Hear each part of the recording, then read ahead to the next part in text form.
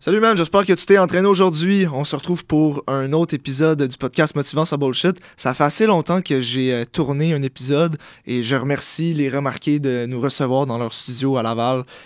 Donc, en fait, aujourd'hui, je reçois un invité spécial. C'est un membre de notre équipe depuis environ un mois. Donc, Alex. Salut Alex. Salut, enchanté de te rencontrer Ben oui, à c'est Laval, ça. au podcast des Remarqués. Ben écoute, Alex, en fait, là, c'est un membre de notre équipe depuis environ un mois. C'est assez récent qu'il travaille avec moi. En fait, lui, ce qu'il s'assure de faire, c'est de sélectionner les bons candidats, les bonnes personnes qui travaillent avec nous dans notre programme Spartiate. Donc, il s'assure que les personnes qui sont avec nous soient sérieuses puis qui soient qualifiées pour pas, au final, que ces gens-là perdent leur temps puis que ce soit pas le bon investissement pour eux. Donc, Alex, j'aimerais ça qu'on parle juste avant là, de ton background, juste en entraînement, en vente également, en communication. Donc, si tu pouvais nous parler un peu de ton parcours là, Ben oui. depuis que tu es jeune, où est-ce que tu habites, où est-ce que tu as grandi, c'était quoi ton environnement? Donc, moi, j'étais un petit gars de Saint-Jean. Je suis né là. J'habite encore là présentement.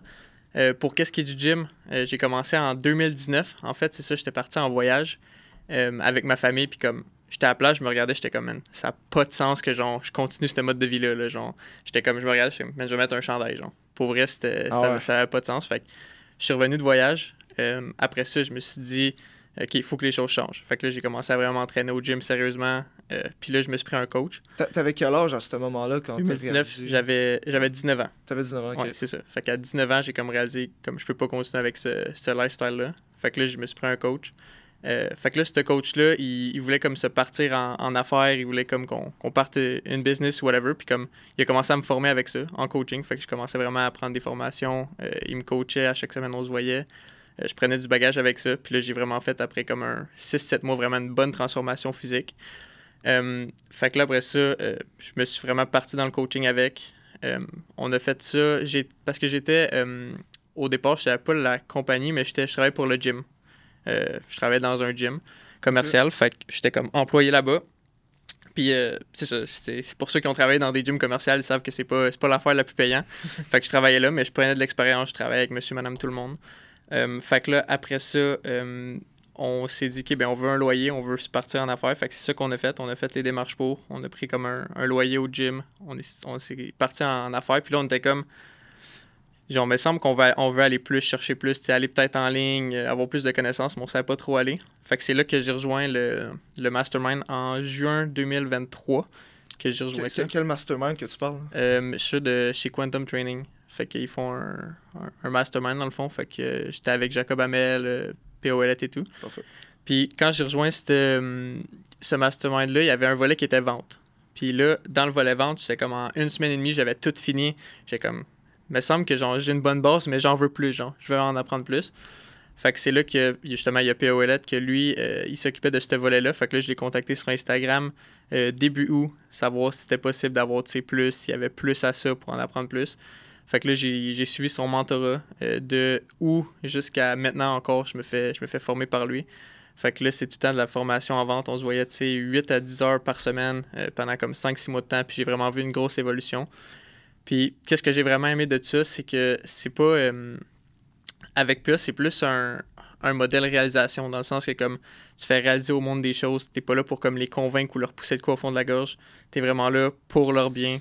C'est ça, tu sais, en vente, je pense qu'il y a pas mal de personnes qui ont tendance à mettre les vendeurs dans un panier, puis c'est tout du monde qui veulent essayer de te convaincre, puis qui veulent te vendre de quoi que t'as pas de besoin, puis on est tous déjà rentrés dans un magasin, puis hey bonjour, hey ça te va bien ce que tu portes, blablabla, tu sais, fait que ça en devient un peu intrusif, tu sais, les gens, ça devient agressant si on veut, puis c'est un peu ça là, la manière que tu t'es formé puis que tu te formes présentement en vente.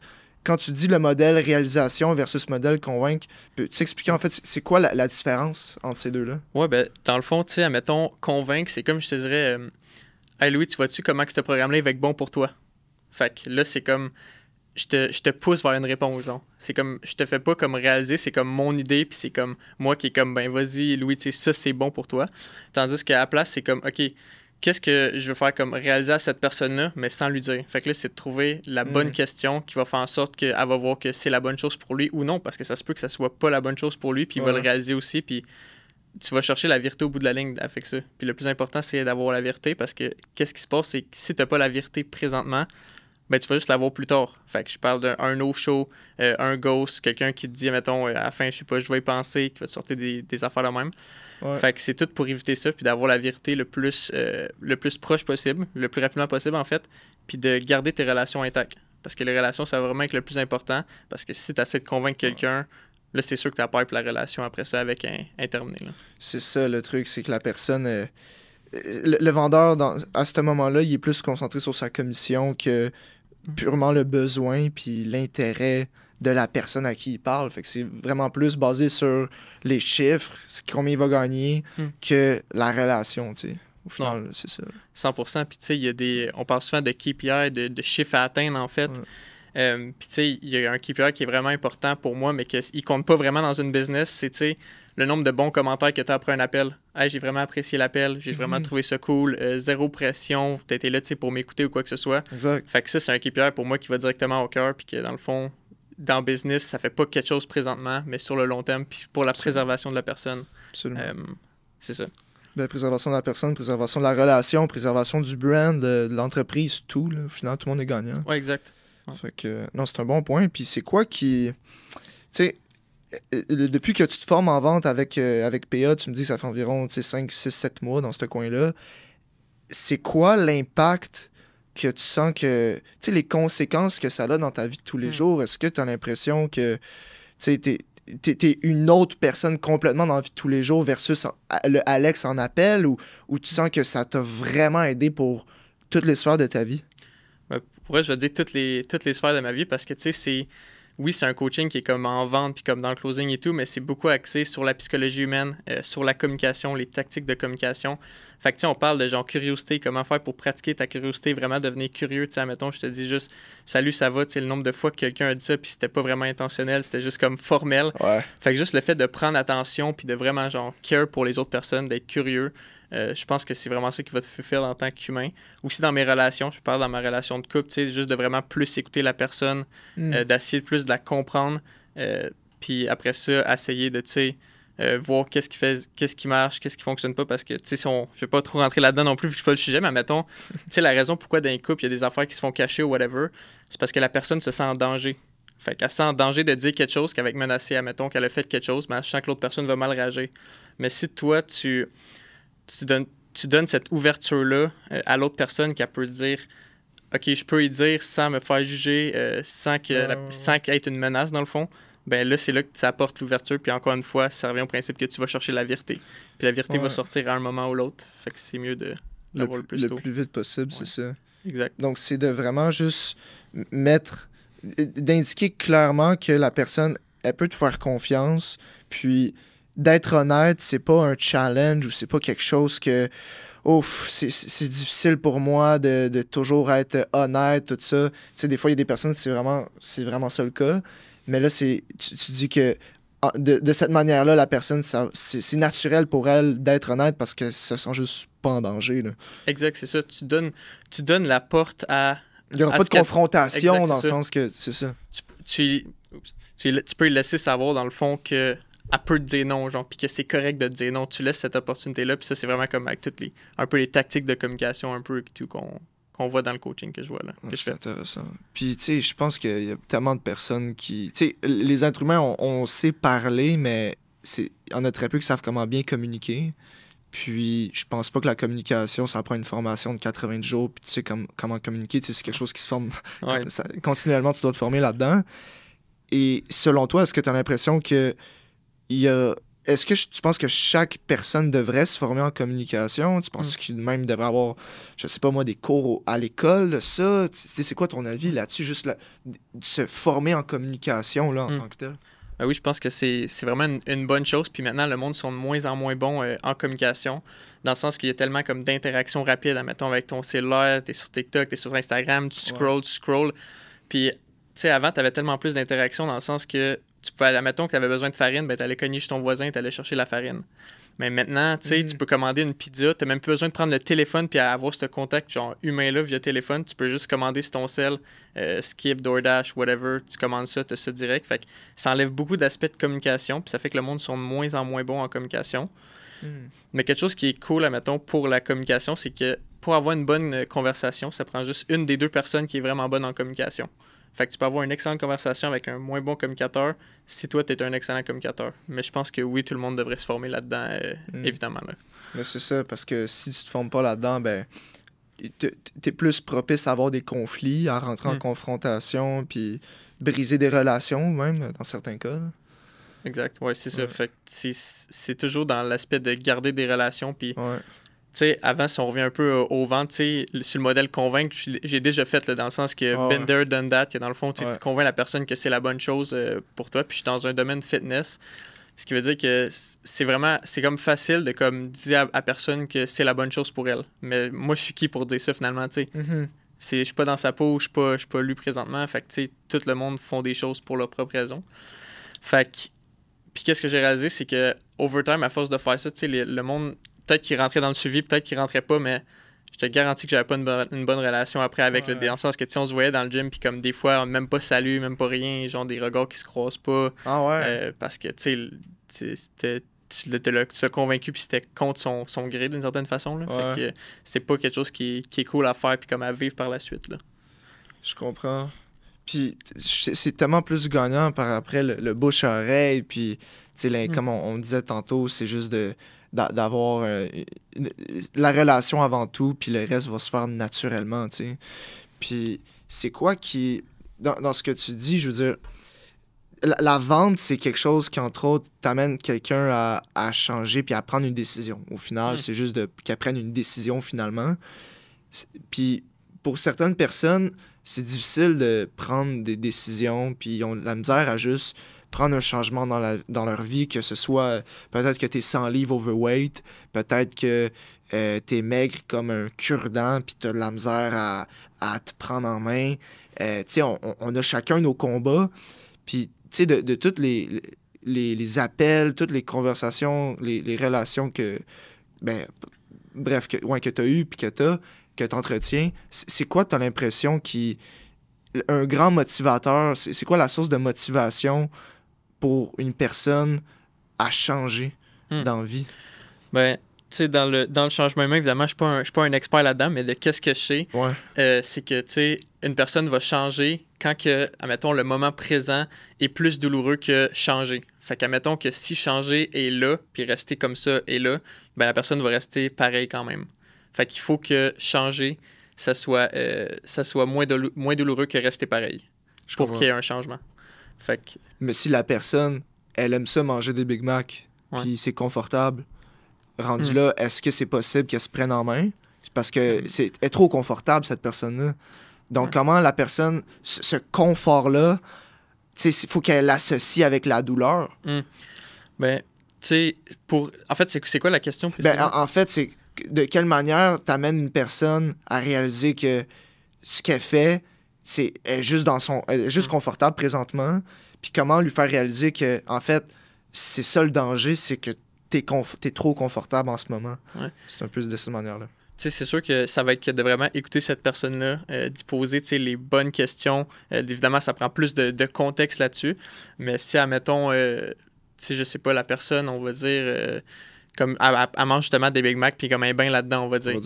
Mais comme, qu'est-ce qui va faire en sorte qu'elle change, c'est que sa situation actuelle va faire plus mal que manger des Big Mac. Fait que si manger des Big Mac, c'est plus cool que de changer, on va dire, ben elle va continuer à faire ça. Puis elle va pas changer. Jusqu'à temps qu'il y ait quelque chose de grave qui arrive peut-être ou qu'elle ait vraiment une mauvaise nouvelle ou quoi que ce soit. Mais encore là, c'est relatif à chaque personne. Là. Fait que c'est un peu comme ça que je le vois. Là. Ouais, c'est ça.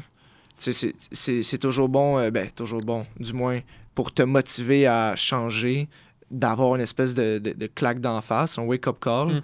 Un peu comme j'ai eu quand ma blonde m'a laissé, c'était le moment déclencheur, si on veut, qui a fait en sorte que j'ai tout entamé ce processus-là de développement personnel. Puis c'est là que j'ai commencé à m'intéresser au coaching, puis tout ça.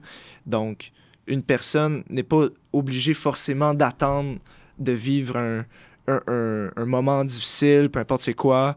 Elle peut même elle peut changer même si il est pas arrivé un événement quelconque. Là.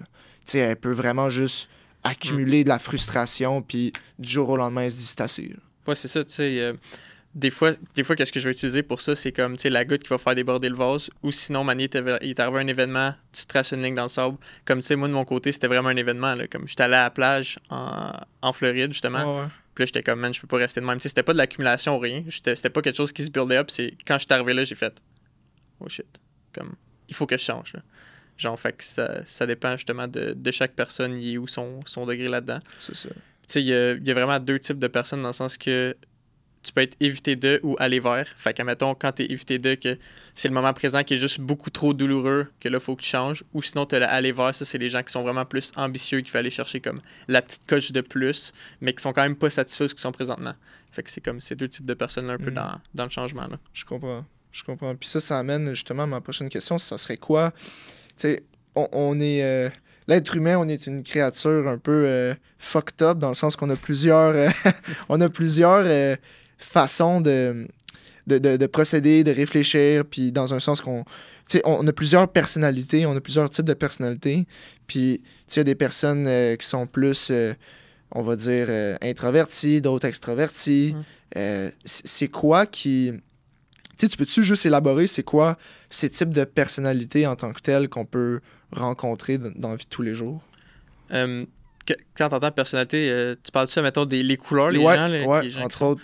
Puis, attends, ben, je vais juste faire une parenthèse. Qu'est-ce que tu as dit? Tu sais, quelque chose qui peut être intéressant, je pense, c'est que tu as abordé le point de extraverti puis introverti. Que avant, je pensais que quelqu'un qui était introverti, c'était quelqu'un qui parlait pas beaucoup. Puis quelqu'un d'extraverti, c'est quelqu'un qui parlait beaucoup. Mais j'ai appris que finalement, quelqu'un d'extraverti, c'est qu'il prend son énergie puis qu'il sent qu'il y a comme d'énergie qui est bien là-dedans quand il est entouré de monde. Puis un introverti, c'est quelqu'un que lui, il va plus faire son énergie quand il est tout seul. Fait que lui, il va se sentir mieux quand il est tout seul, puis ça va pas le brûler. Tandis que quelqu'un qui va être introverti puis qui va être dans une zone qui a beaucoup de personnes, qui va parler beaucoup, lui, ça va y prendre beaucoup d'énergie. Tandis qu'un extraverti, ça va lui donner de l'énergie, ça. C'est ça. Chacun a sa manière de recharger ses batteries. Un, quand il est tout seul, puis l'autre quand il est accompagné. Ça sent en gros, ouais, exact. Okay. Fait que, c'est ça. Ouais, par rapport au code de couleur, il y a plusieurs livres qui en parlent, entre autres, mais c'est quoi, par exemple, c'est quoi ces couleurs-là de personnalité, puis c'est quoi, par exemple, la force et une force et une lacune de ce type de personnalité-là, par exemple. OK. Je peux commencer par les bleus. En fait, les bleus, c'est souvent quelqu'un qui va être extrêmement organisé. Fait que c'est quelqu'un qui va avoir toutes ses affaires dans l'agenda, qui est comme tac, tac, tac, mais qui est comme, lui, il va jamais passer à l'action. Fait que ça va être un bleu, il va jamais passer à l'action. Surtout dans le gym, admettons, ou dans n'importe quoi, admettons, parce que je le vois dans les appels, c'est quelqu'un qui est bleu, je vais le voir, là, il est organisé, il a déjà toutes ses affaires de fait, mais il n'a pas passé à l'action encore. Puis c'est extrêmement difficile pour lui de passer à l'action parce que c'est juste dans sa nature. C'est comme un comptable, quelqu'un qui est bon en administration. Exact. Exactement. Ce style de personne-là. Exact. Sinon, on a les rouges, je pense un peu comme toi, ça, dans le sens que tu as tout le temps 1001 idées, tu veux toujours être dans l'action ou quoi que ce soit.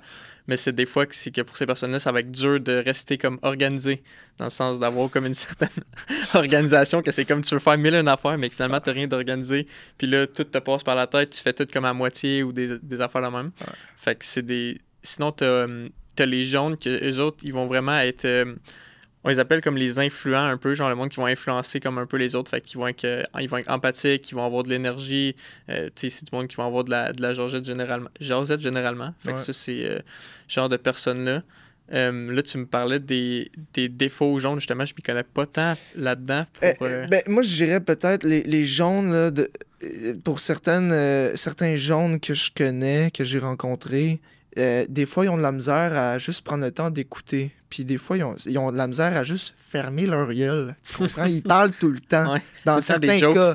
Ouais, ben, tu sais, c'est bon, mais des fois, ils ont de la misère à juste se concentrer puis à écouter.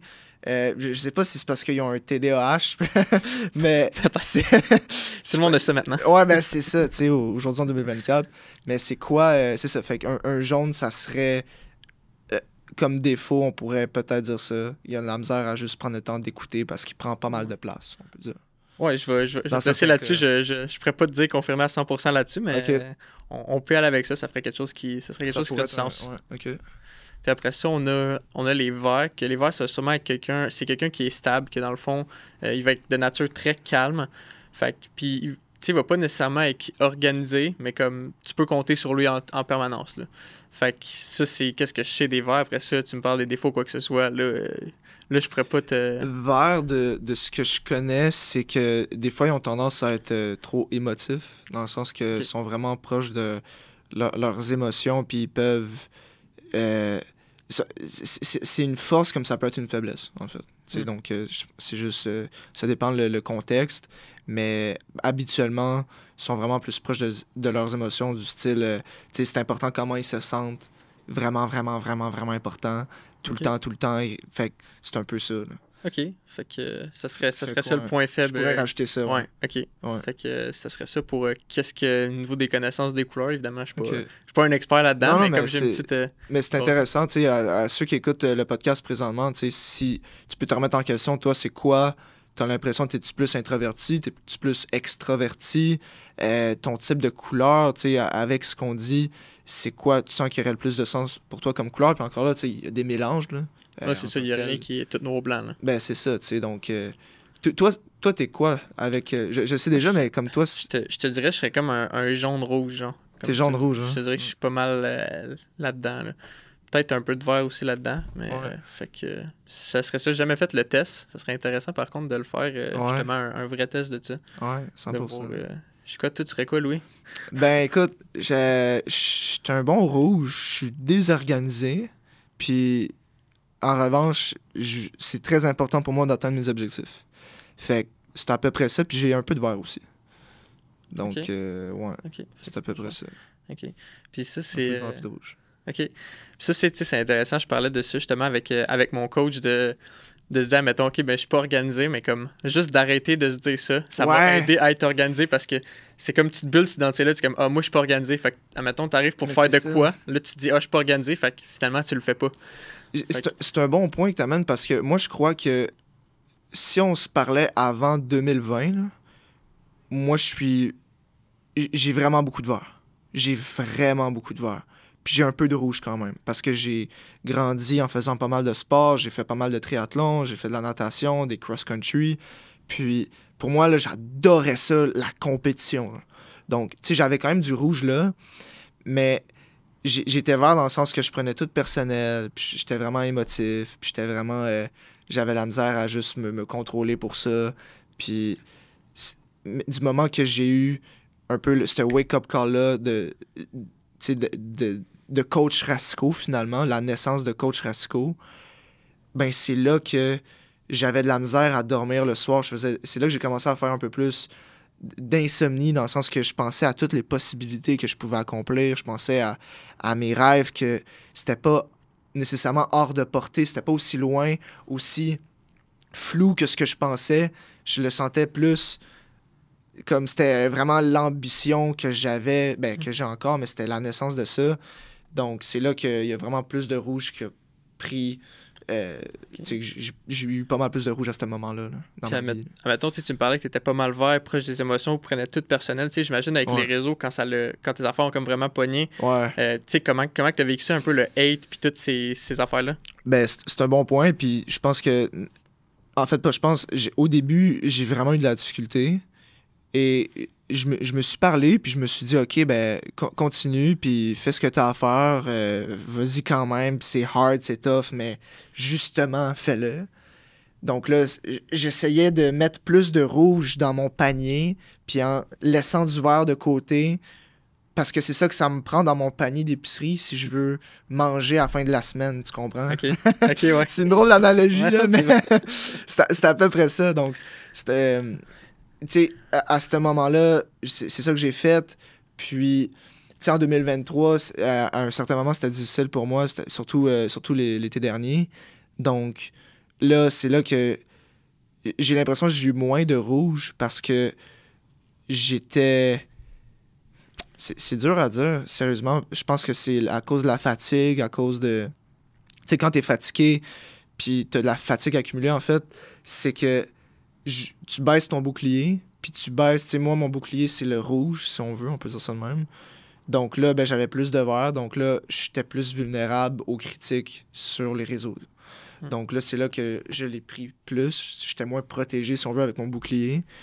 Puis c'est juste de me regrounder, puis ça m'a aidé. Là. Puis qu'est-ce qui a fait encore que tu fais encore, je veux dire, qu'est-ce que tu fais aujourd'hui dans le sens que tu as eu des moments difficiles un peu, tu me parlais cet été et tout, puis qu'est-ce qui a fait en sorte que tu n'as pas arrêté, mais que tu as quand même voulu continuer, puis comme de continuer une journée à la fois, malgré les moments qui étaient peut-être plus difficiles? Des remises en question. Okay. Des remises en question, des options. C'est quoi les options qui s'offrent à moi? Tu sais, c'est quoi, sérieusement, là, c'est quoi que je peux faire en ce moment? OK, là, j'ai ces options-là, ces options-là.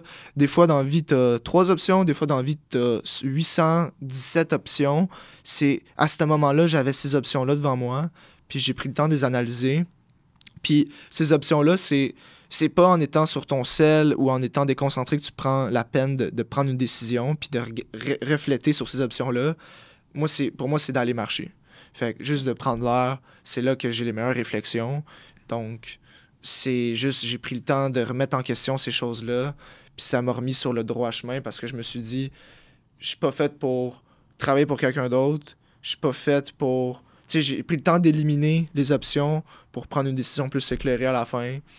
Puis, tu sais, avec toutes les vidéos que j'avais faites à ce moment-là, avec tout le chemin que j'avais parcouru, je me suis dit que ça aurait été juste décevant que j'arrête.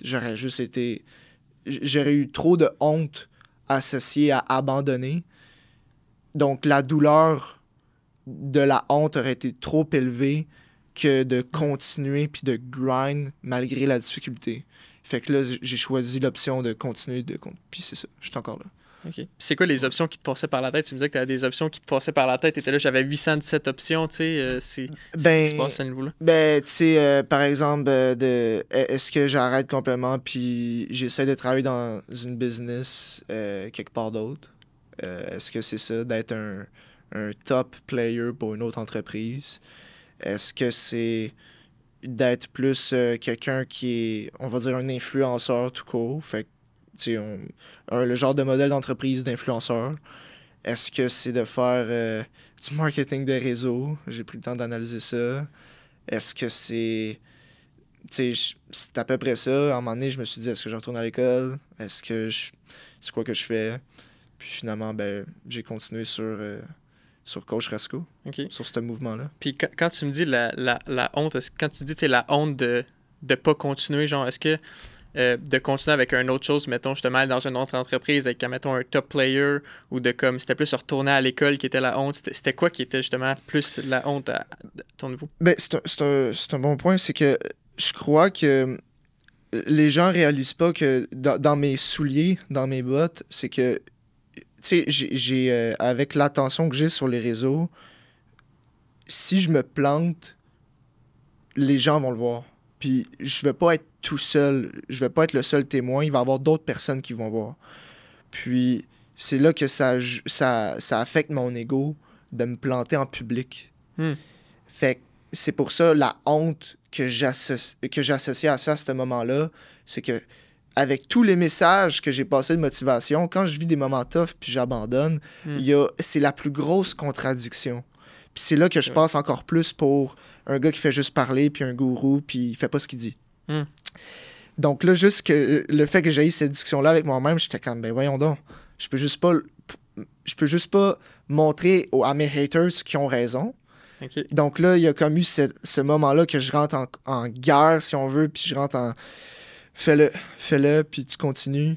Donc, je sais pas si j'ai bien répondu à ta question, mais c'était à peu près ça, là, la honte, c'était à ça que je pensais.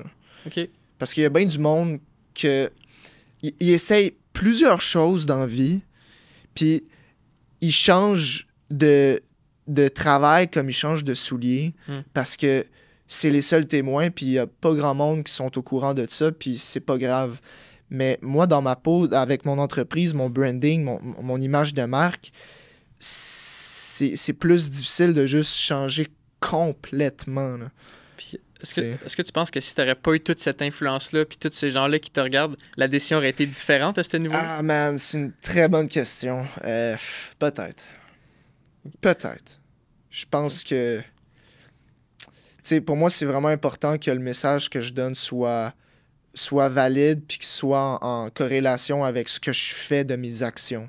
Puis si je faisais pas ce que j'avais dit, ben j'aurais perdu, si on veut, puis j'aurais échoué, puis j'aurais associé ça à l'échec, littéralement. Okay. Donc, c'est à peu près ça. Fait que c'était pas nécessairement pour le monde, c'était plus pour toi, qu'est-ce que tu dis, genre, walk the talk un peu, là. Ouais, c'est ça. C'était juste une incohérence avec mes valeurs, avec mes principes. Donc, pour moi, c'était impossible que j'y aille vers là. Okay. Donc, c'est là que... Le fait de me remettre en question, le fait d'écouter certains podcasts, de lire des livres, de parler à certaines personnes, c'est là que t'arrives à prendre certaines décisions, puis je suis vraiment fier de la décision que j'ai prise. Tu me dis que t'as parlé à du monde, t'as lu des livres, ça a été quoi les plus... ceux qui ont fait le plus gros changement? C'est bon, c'est pour ça qu'ils travaillent avec moi. Pose des bonnes questions. Ben écoute, mettons, Alex Hormozy m'a pas mal aidé. Il enseigne les entrepreneurs à les aider dans leurs entreprises, mais également, je trouve qu'il apporte des bons points au niveau du mindset, au niveau de la force mentale, la résilience, puis il apporte certains tips qui sont assez valides, assez pertinents. Donc, il m'a pas mal aidé. J'irais cette personne-là, principalement. Je vais dire David Goggins aussi. David Goggins, j'ai des passes. Des fois, je l'écoute, des fois, je l'écoute pas. Mais quand je l'écoute pendant des heures. Puis là, je deviens une autre personne.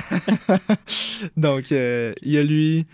Et puis, en termes de livres, j'ai moins lu, je te dirais. J'étais vraiment plus concentré sur le format vidéo puis le format audio. Fait quoi, c'est à peu près ça. Okay. Puis les personnes, ben, je pense à... Par exemple, Sean, c'est une personne que je côtoie depuis quelques années. Il est dans la trentaine, mi-trentaine. Puis son point de vue, il est intéressant. Il est entrepreneur, il vient de Val-d'Or, il vient de rien finalement. Il était censé travailler dans les mines, comme toute sa famille. Puis il a dit non, je vais travailler je vais bâtir mon entreprise en événementiel. Puis aujourd'hui, il réussit très bien sa vie. Donc, juste d'avoir son feedback aussi, lui, il a 15 ans de plus d'expérience que moi, donc son avis était quand même pertinent pour moi. Donc, c'est ça, ma famille, mes amis. Toi, as-tu vécu cette pression-là un peu externe comme un peu lui, dans le sens que tu disais qu'il y a d'autres mondes qui avaient d'autres expectations pour lui, mais que lui, tu sais, il voulait faire ça quand même? Qu'est-ce que tu veux dire? Ben, mettons, tu sais, lui, il disait... Tu sais, il travaillait dans une mine, tu me disais? Oui. C'est ça, ben que... C'était qui tu sais, tu me disais qu'il y avait d'autres mondes qui disaient... sa famille. C'est ça. Sa famille, Toi, as-tu vécu un peu cette pression-là des gens qui disaient, ben, tu sais, va vers telle affaire, tu vas arrêter ça? Oui, mon père. Ouais, OK. Ouais. Mon père, tu sais, pour lui, il m'a le dit dès le début, quand j'ai commencé à faire des vidéos, puis quand j'ai commencé à bâtir mon entreprise, que fais attention, c'est difficile, il y a bien du monde qui réussissent pas. Tu sais, il essaie de m'envoyer des messages comme quoi... Hey, t'es sûr c'est la bonne affaire pour toi, là, ce que tu fais? Puis, tu sais, il était vraiment déçu, mon père, quand j'ai dit que j'allais pas aller à l'université. Je le voyais un peu, il était déçu, mais il s'en est remis. Mais quand même, tu sais, lui, mon père, il est planificateur financier. Donc là, pour lui, il aurait voulu, dans sa tête à lui, je pense que c'était que je reprenne les rênes, que je prends sa clientèle, puis c'est à peu près ça. Puis toi, comment tu vois ça? Est-ce que ça te motivait à comme vouloir plus réussir? Tu l'as-tu comme un peu moins bien pris dans le sens que tu étais comme ouais, ben lui, il veut que je fasse ça, je fais pas ça, puis ça te met comme un peu un down là-dessus, ou ça t'a vraiment poussé vers l'eau dans le sens que je vais lui montrer que je vais être capable de réussir quand même s'il y a des doutes à ce niveau-là? Là. Honnêtement, je le mets pas dans... Il fait pas partie de ma Ben, à un certain point, surtout au début, ça faisait partie de ma motivation de prouver à mon père qu'il avait tort. Mais j'ai juste... Ça fait plus partie de quelque chose. Je pense plus vraiment à ça, honnêtement. Pour moi, ça m'importe peu ce qu'il en pense. Puis je fais ma vie, puis that's it. Que tu sois fier de moi, de moi ou non, je vais faire ce que j'ai à faire, puis... Okay. C'est à peu près ça. Ouais. C'est bon, on dirait que c'était bulle, genre une carapace dans le sens que qu'est-ce que les autres pensent maintenant, ça te fait plus rien. Genre, même que ça soit ton père, même que ça soit du monde maintenant, ces réseaux, on dirait que t'as comme cette carapace-là, t'es comme I'm gonna do it anyway, genre. Ouais, ben c'est ça, tu sais. Puis je pense que c'est bon à certains moments, mais dans d'autres, c'est moins bon. Tu sais, parce que si t'es persistant et t'écoutes pas la vie des autres, que tu fais confiance, puis qu'ils sont proches de toi, à un certain point, tu sais, c'est de faire attention à ça. Donc, c'est une espèce de balance, tu sais, puis de maturité. Puis je pense que c'est de juste à quel point tu es sûr de ton affaire et Puis- rendu là, Puis de te comment faire confiance. comment tu gages cette balance-là, justement?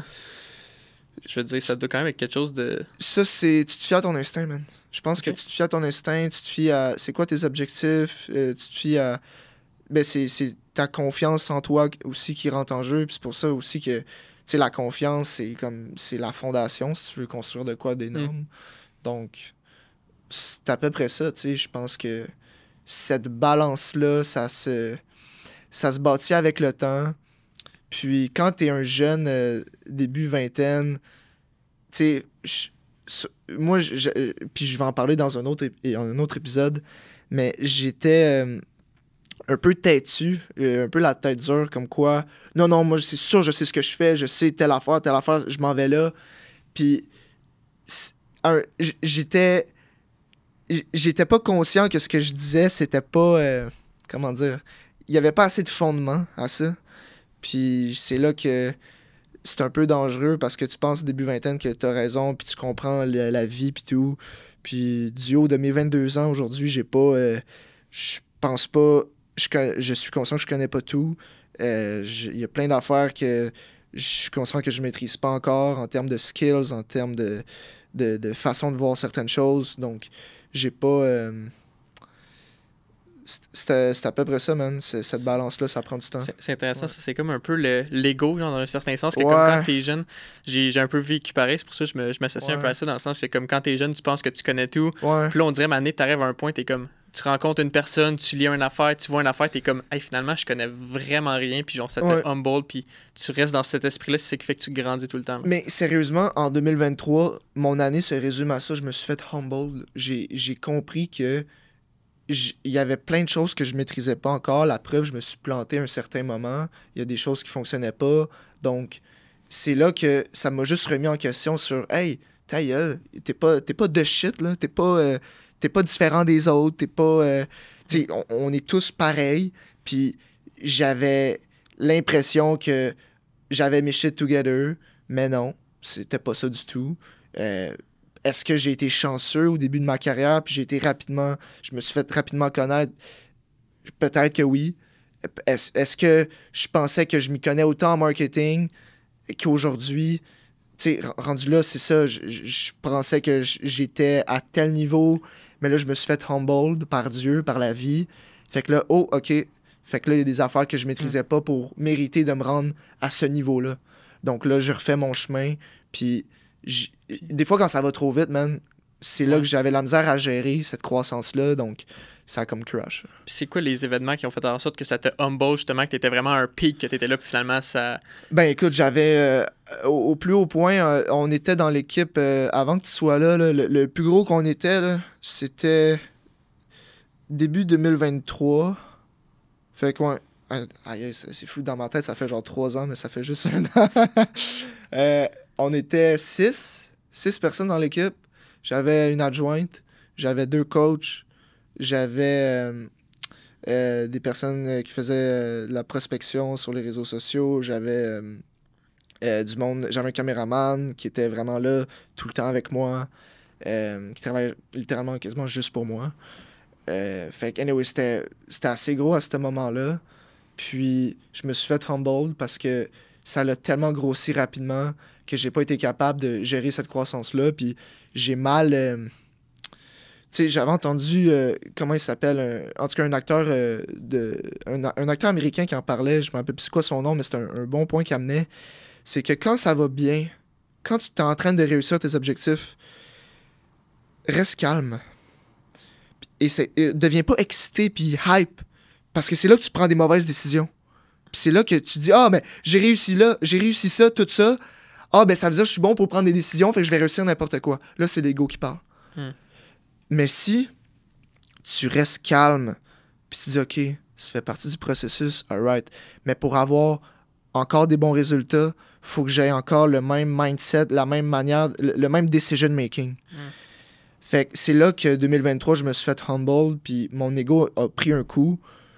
Mais c'est là que je reconstruis qu'on reconstruit l'écosystème ensemble, qu'on reconstruit notre clientèle pour, au final, être une entreprise qui aide les personnes à se mettre en shape physiquement, mentalement. Puis...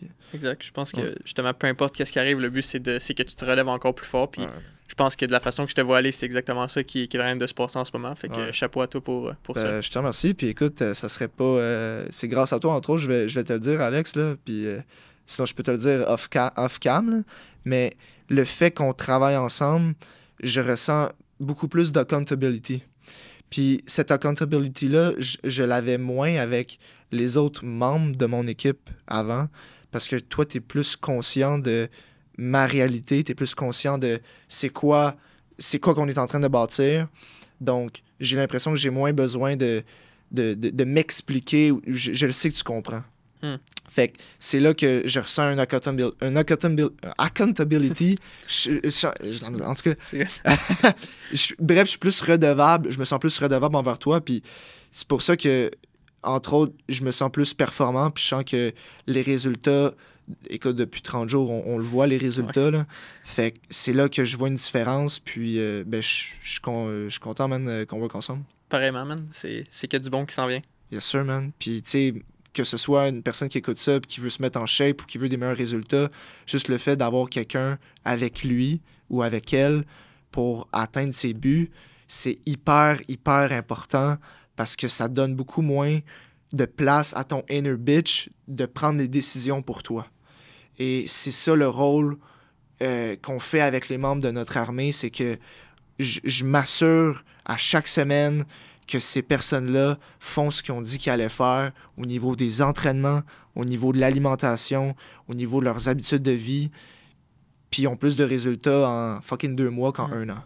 Ça, c'est vraiment bon. T'sais, c'est un peu justement l'aspect de la communauté de tantôt, des bons gens. Puis moi, j'y croyais pas à ça. La communauté au départ, j'étais comme, mais non, c'est pas vrai qu'être avec d'autres personnes avec les mêmes goals que toi, ça va t'aider. Puis c'est encore une fois, je pense que c'est l'ego qui parlait à ce moment-là, mais comme c'est quand que tu le vis, que tu le réalises, que t'es comme... tu deviens cette personne-là, genre. Comme, t'es avec du monde qui s'entraîne, t'es avec du monde qui ont le même objectif que toi. Vous êtes tous là pour vous soulever, t'es redevable envers ces personnes-là. C'est de build vraiment ça, puis d'être redevable envers une grande partie de gens, que ça fait en sorte que tu réussis à atteindre tes objectifs, là. Bien sûr. Fait que, écoute, je te remercie, Alex, pour ton temps. Ça fait plaisir. Puis, écoute, j'espère que c'était pas trop pire comme premier épisode. Non, c'était pas trop pire. J'étais un peu stressé, mais ça a bien été, je pense. Ça passait Exactement. C'est parfait. Fait que si t'écoutes ça sur YouTube, je t'invite à t'abonner si c'est pas déjà fait. Tu peux écrire également dans les commentaires comment t'as trouvé l'épisode d'aujourd'hui. Si t'es sur Spotify, je t'invite à laisser un 5 étoiles, laisser un review. Écoute, c'est comme ça que tu nous aides à propager notre mission, à propager notre mouvement, d'aider les gens à se mettre en shape physiquement, mentalement, d'inspirer les gens de devenir des leaders dans la société d'aujourd'hui qui sont remplis de lâches, de victimes, puis de fucking bitch. Donc, je t'invite à partager dans ta story. C'est comme ça que tu nous encourages. Donc, si tu l'as pas déjà fait, va t'entraîner.